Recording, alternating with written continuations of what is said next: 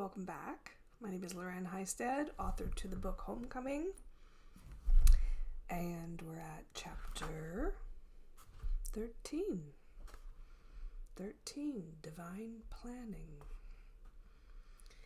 There are many schools of thought on life, death, and past lives. My beliefs stem from my own experiences and are also shared by others who work with the spirit world. I will start this chapter by sharing a few scenes in my life and then wrap it up with an overview of my position on the divine plan of life. Okay, past lives. Over the years, I've had many experiences confirming the existence of past lives. A few too many, maybe. But many experiences. Not only do we carry emotional and physical baggage ahead with us in this lifetime, but we also carry knowledge and memories. Thank God. My first encounter with this concept occurred before I had even given thought to the topic or read any resources on the subject. In fact, I had grown up in a family where past lives and reincarnations were not even considered possible. Furthermore, they were not discussed. At the age of 3, my daughter had an imaginary friend. Or at least that is what society likes to call childhood visitations from the spirit world. On one particular day, I passed my daughter's bedroom. This used to be her bedroom.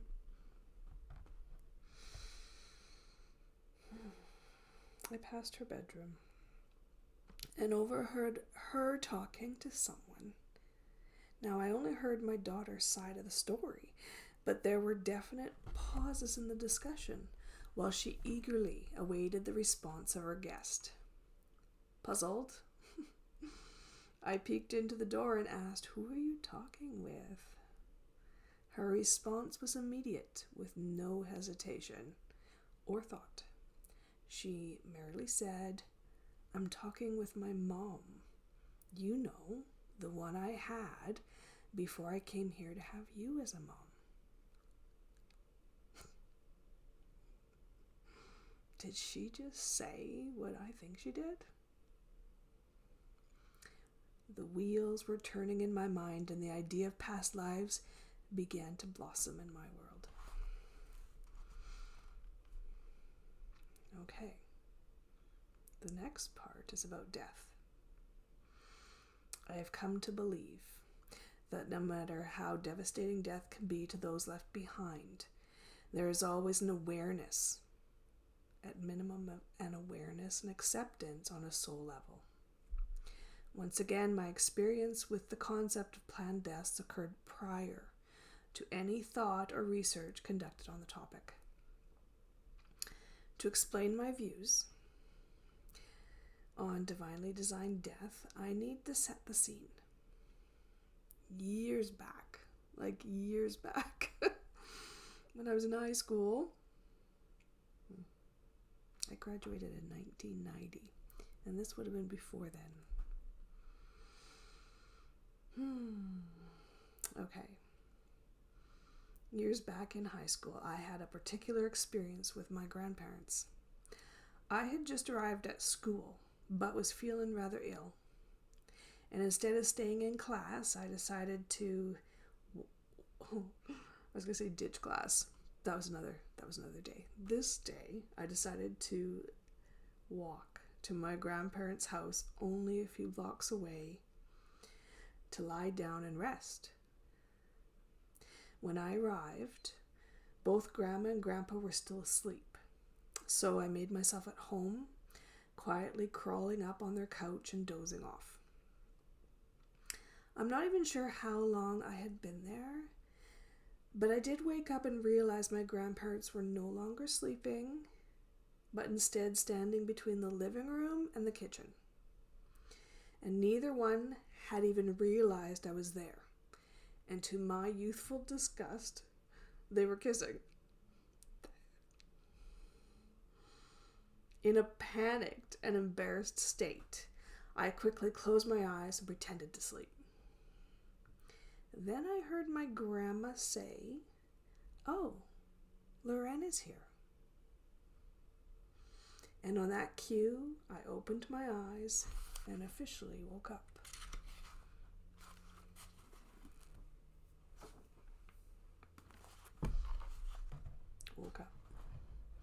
Okay, fast forward many years. My grandpa was suffering from Parkinson's and had been transferred to long-term care. The prognosis on his health was not good, and everyone knew it was just a matter of time. One night, I had a very peculiar premonition about his passing. The dream was so vivid, I woke up with a start, remembering every detail. In the dream, I was laying down on that very same couch in my grandpa and grandma's house, and my grandparents were standing in the same location as before. However, the only way I recognized them was because the layout was identical to the actual event years earlier. Unlike the first version, this time my grandparents were young and vibrant. Their appearance replicated photos I had seen of them in their early 30s. In the vision, they were discussing death, but it was not like anything I had ever heard before. They were busy planning what age they would be when they died and who would return to heaven first. I distinctly remember my grandma requesting to return prior to her husband. She was adamant that was her preference, and my grandpa reluctantly agreed, but promised he would not be very far behind.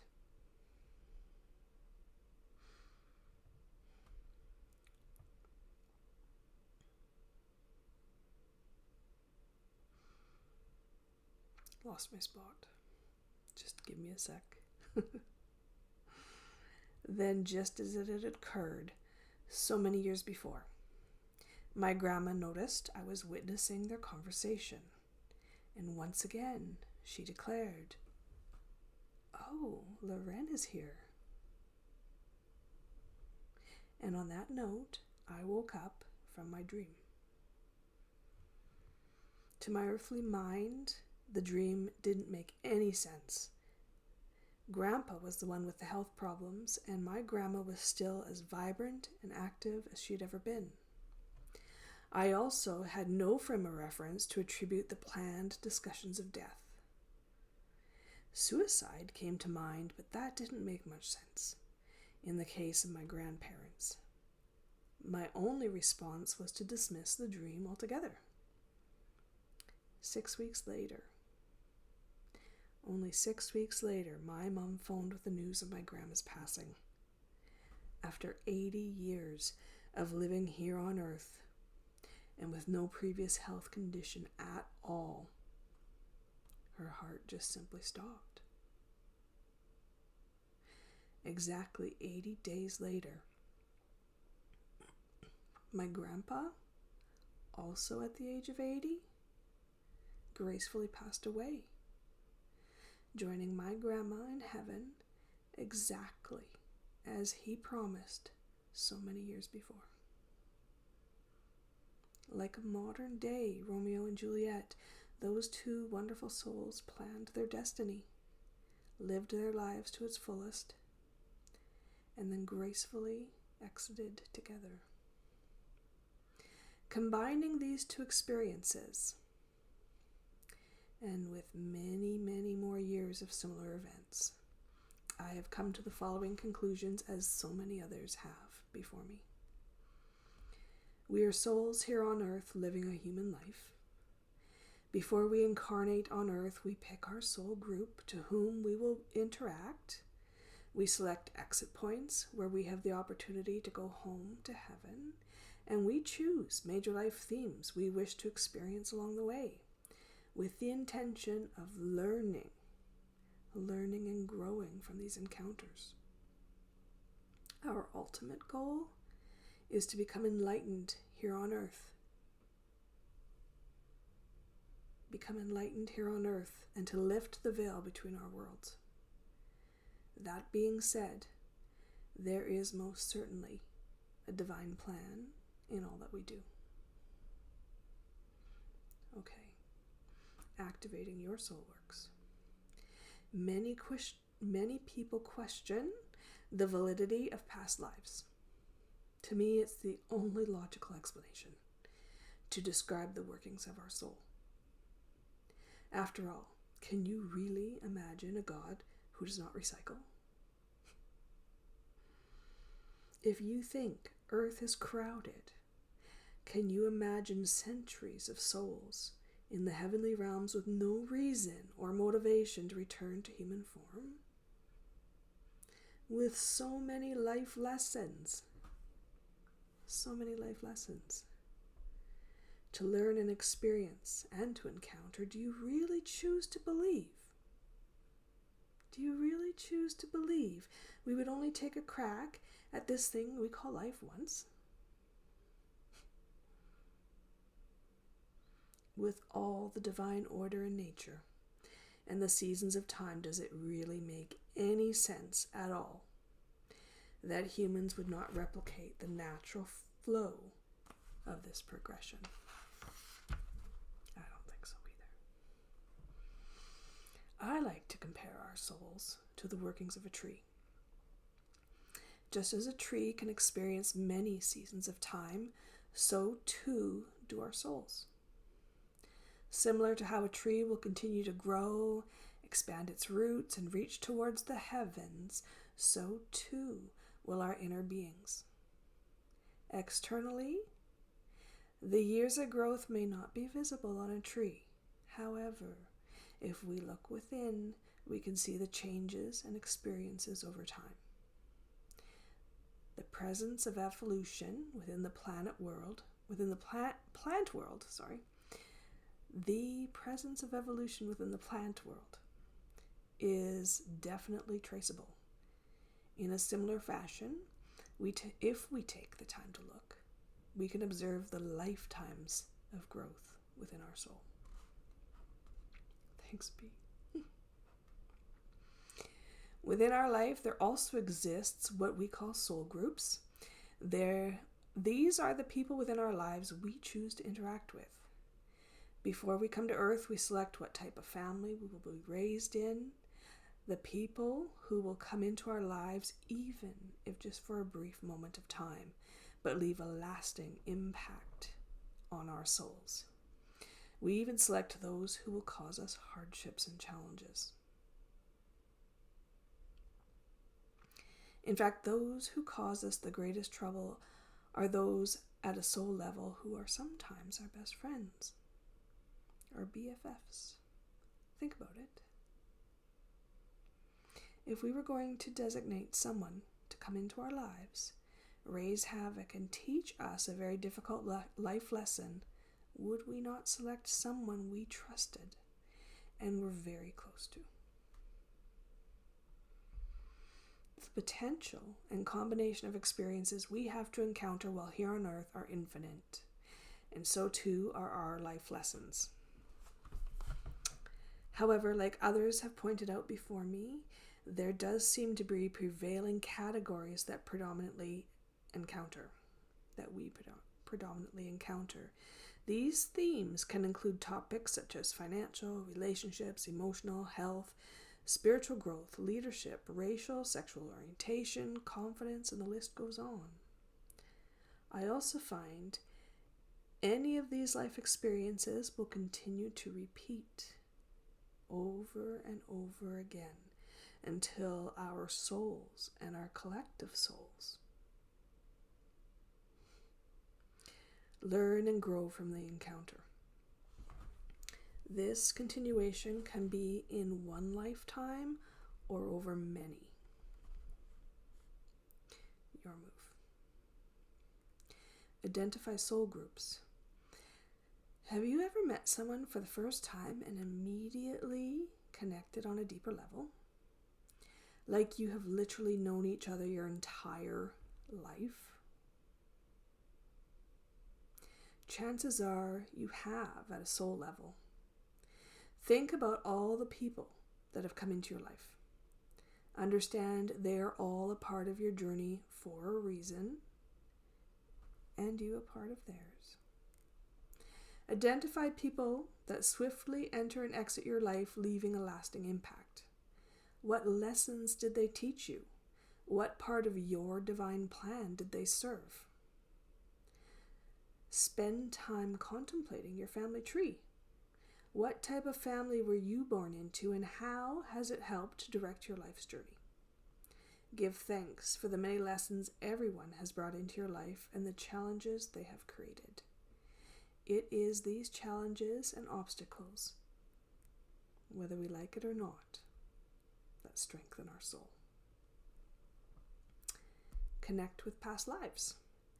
Take some time to meditate on your past lives. What images come to mind? What experiences are front and center? Trust in the information you receive and use this knowledge to help with future endeavors. Ponder any fears or health problems you currently have in this lifetime that seem unjustified. Ask your inner self where the problems stem from. When the memories are brought forward from past lives, thank your higher self. Thank your higher self for the experiences. Then ask to have your physical connection to them lifted. Recognize life lessons. Take a close look at your life and the lessons you have learned. What seems to be the overall theme? Strive to forgive the tough lessons in your life and thank your higher self for the experiences encountered. Is there one area in your life that continues to draw energy? Review your largest obstacles and determine if there are any underlining messages or lessons. Ask your guides and angels to help you move forward. Sometimes we forget to ask that. Honor divine timing.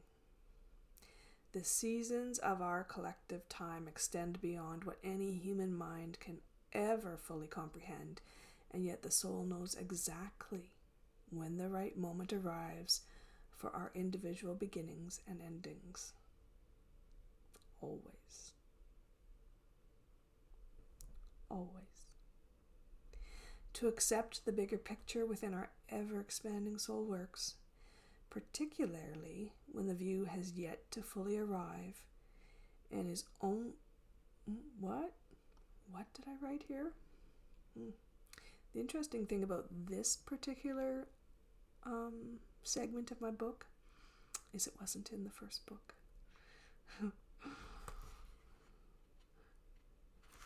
I realized I was one your move short, so in it went honoring divine timing. Okay, I'll try that one again. To accept the bigger picture within our ever-expanding soul works, particularly when the view has yet to fully arrive, is not only the practical thing to do, but the most honorable way to acknowledge our infinite and divine grace. And so it is. Thank you for joining me yet again. We'll see you next time.